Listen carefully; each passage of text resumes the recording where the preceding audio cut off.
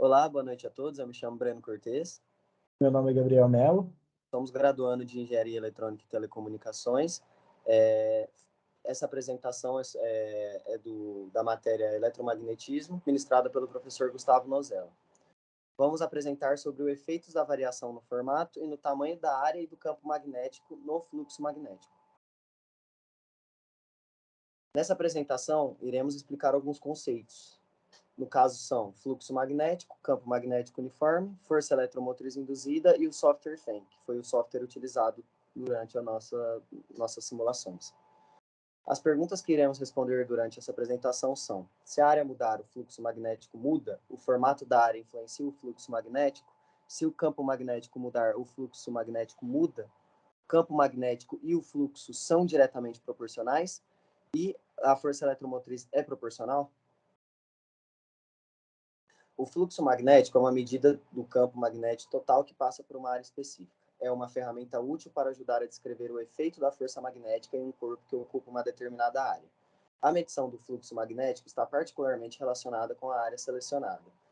Por isso que durante as nossas simulações a gente mudou o tamanho da área várias vezes, para a gente poder comprovar justamente isso. Podemos escolher qualquer tamanho da área e orientá-la de qualquer maneira em relação ao campo magnético. Campo magnético uniforme. Por definição, um campo magnético uniforme é aquele em que o campo magnético é igual em todos os pontos do espaço, tanto em módulo como em direção e sentido. Nele, as linhas de indução são paralelas e encontram-se igualmente espaçadas umas das outras. Ele pode ser obtido no interior de uma solenoide suficientemente longa.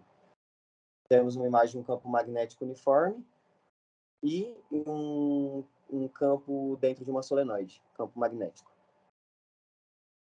Força eletromotriz induzida. A lei de Faraday, ou lei de indução eletromagnética, enuncia que quando houver variação do fluxo magnético através de um circuito, surgirá nele uma força eletromotriz induzida. Faraday experimentalmente observou que a tensão média induzida e consequente a corrente elétrica induzida é maior quanto mais rápida for a variação do fluxo magnético no circuito. Lembrando que a essa tensão média induzida dá seu nome de força eletromotriz induzida. Assim, ele definiu essa lei da seguinte maneira: sendo o módulo da força eletromotriz induzida no circuito é igual à razão entre a variação do fluxo magnético nesse mesmo circuito, pelo intervalo de tempo em que essa variação ocorre. Sendo a força eletromotriz delta fluxo magnético vezes o delta T. Sobre o software FEM. De forma geral, o FEM é um software baseado no MFI, método dos elementos finitos, de distribuição livre que é utilizado para solucionar problemas eletromagnéticos de baixa frequência em duas dimensões. Para tanto, se faz o uso da análise dos elementos finitos e definição das condições de contorno. No caso da nossa pesquisa, utilizaremos o FEM para simular um campo magnético uniforme. Iremos simular o campo e o fluxo para diferentes áreas, assim concluindo a hipótese da pesquisa. Durante o uso do software, a gente percebeu que ele é muito bom para poder simular, seja um campo magnético, seja um campo elétrico e outras diversas funções que tem dentro do software. Mas para o intuito da nossa pesquisa, o software FEM ele se mostrou um pouco mais difícil de usar em relacionado a gente montar um campo magnético uniforme, porque a gente não cria um direto, a gente tem que criar vários ao mesmo tempo para poder seguir o rumo da pesquisa.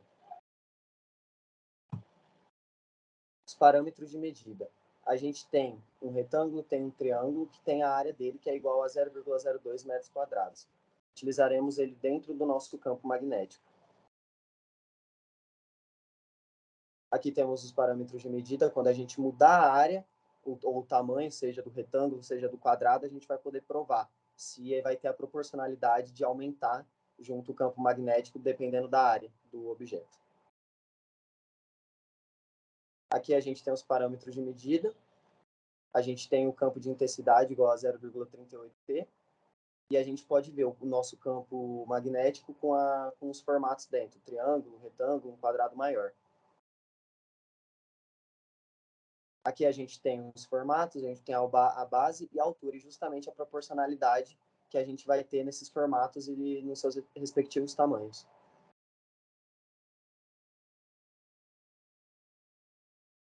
O método de cálculo do fluxo magnético no FEM é feito da seguinte forma. A gente vai selecionar o quadradinho verde para a gente selecionar uma área, ou seja, o objeto, no nosso caso. Assim que a gente selecionar essa área, a gente vai integrar o campo nessa área E assim ele vai utilizar a fórmula e vai achar o nosso fluxo magnético. As linhas do nosso campo são horizontais, então a gente só vai analisar a componente x da nossa integral. Então, aqui a gente vai começar a ver alguma dessas partes de como essa intensidade vai mudar. Então, no nosso primeiro campo, a gente tem um campo de 0,385454 teslas. Aqui a gente tem ele simulado já, então, dentro do FEM. Aqui a gente pode ver pela captura de tela que realmente ele está com essa intensidade.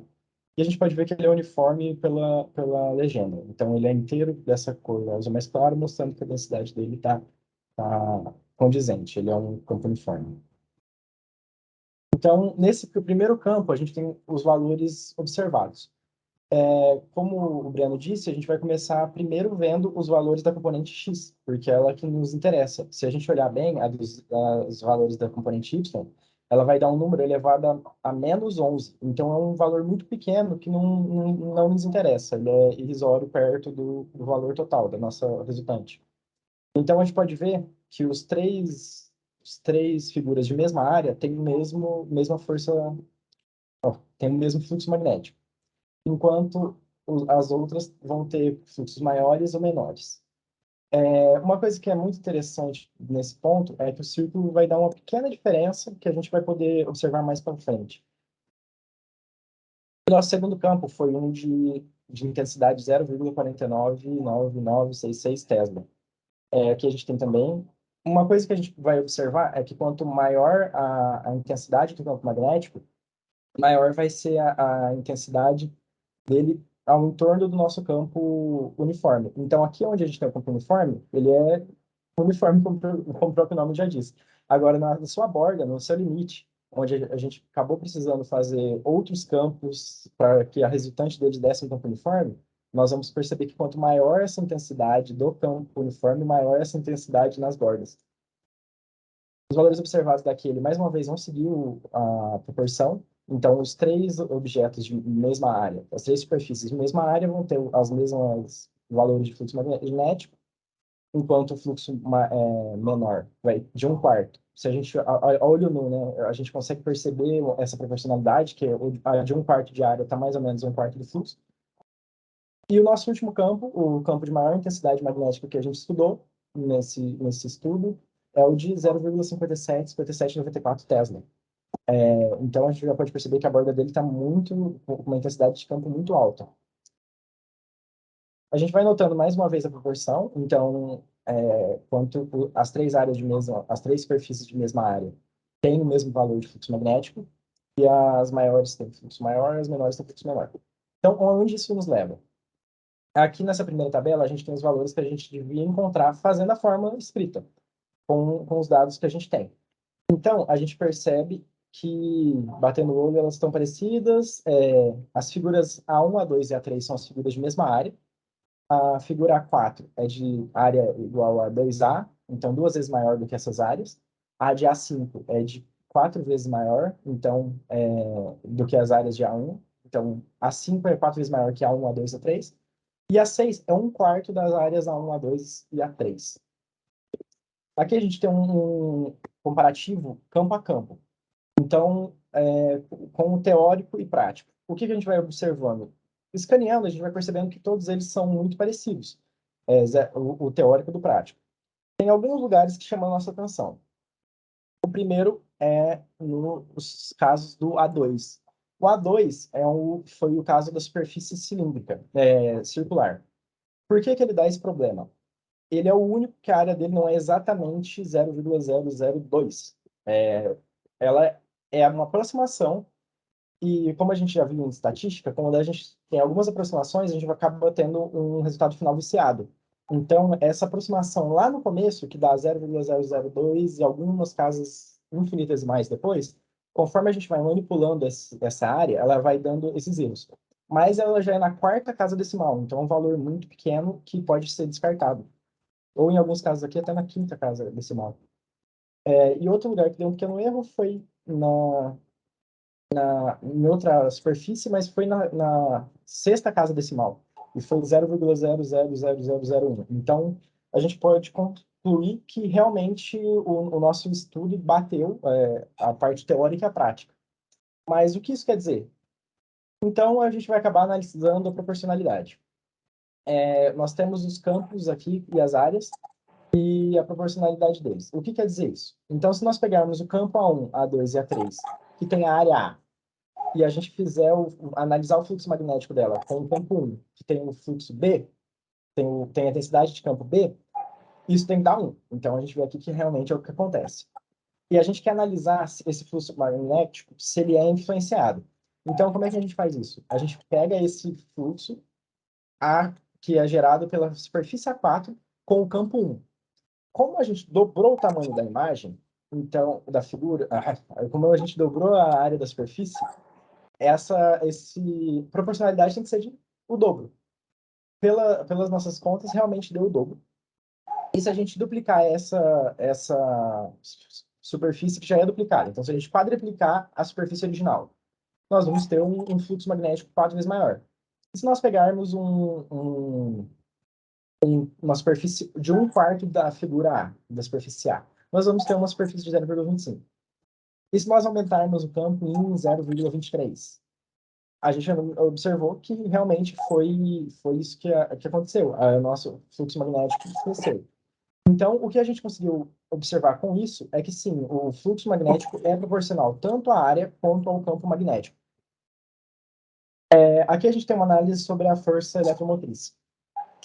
Como é que ela foi feita? Nós pegamos os valores da nossa simulação e colocamos como se cada figura fosse um segundo no tempo. Então, começando com a figura 1, seria o tempo zero, né? E assim por diante. Então, aqui nós vamos ter que, primeiro nós vamos variar o campo.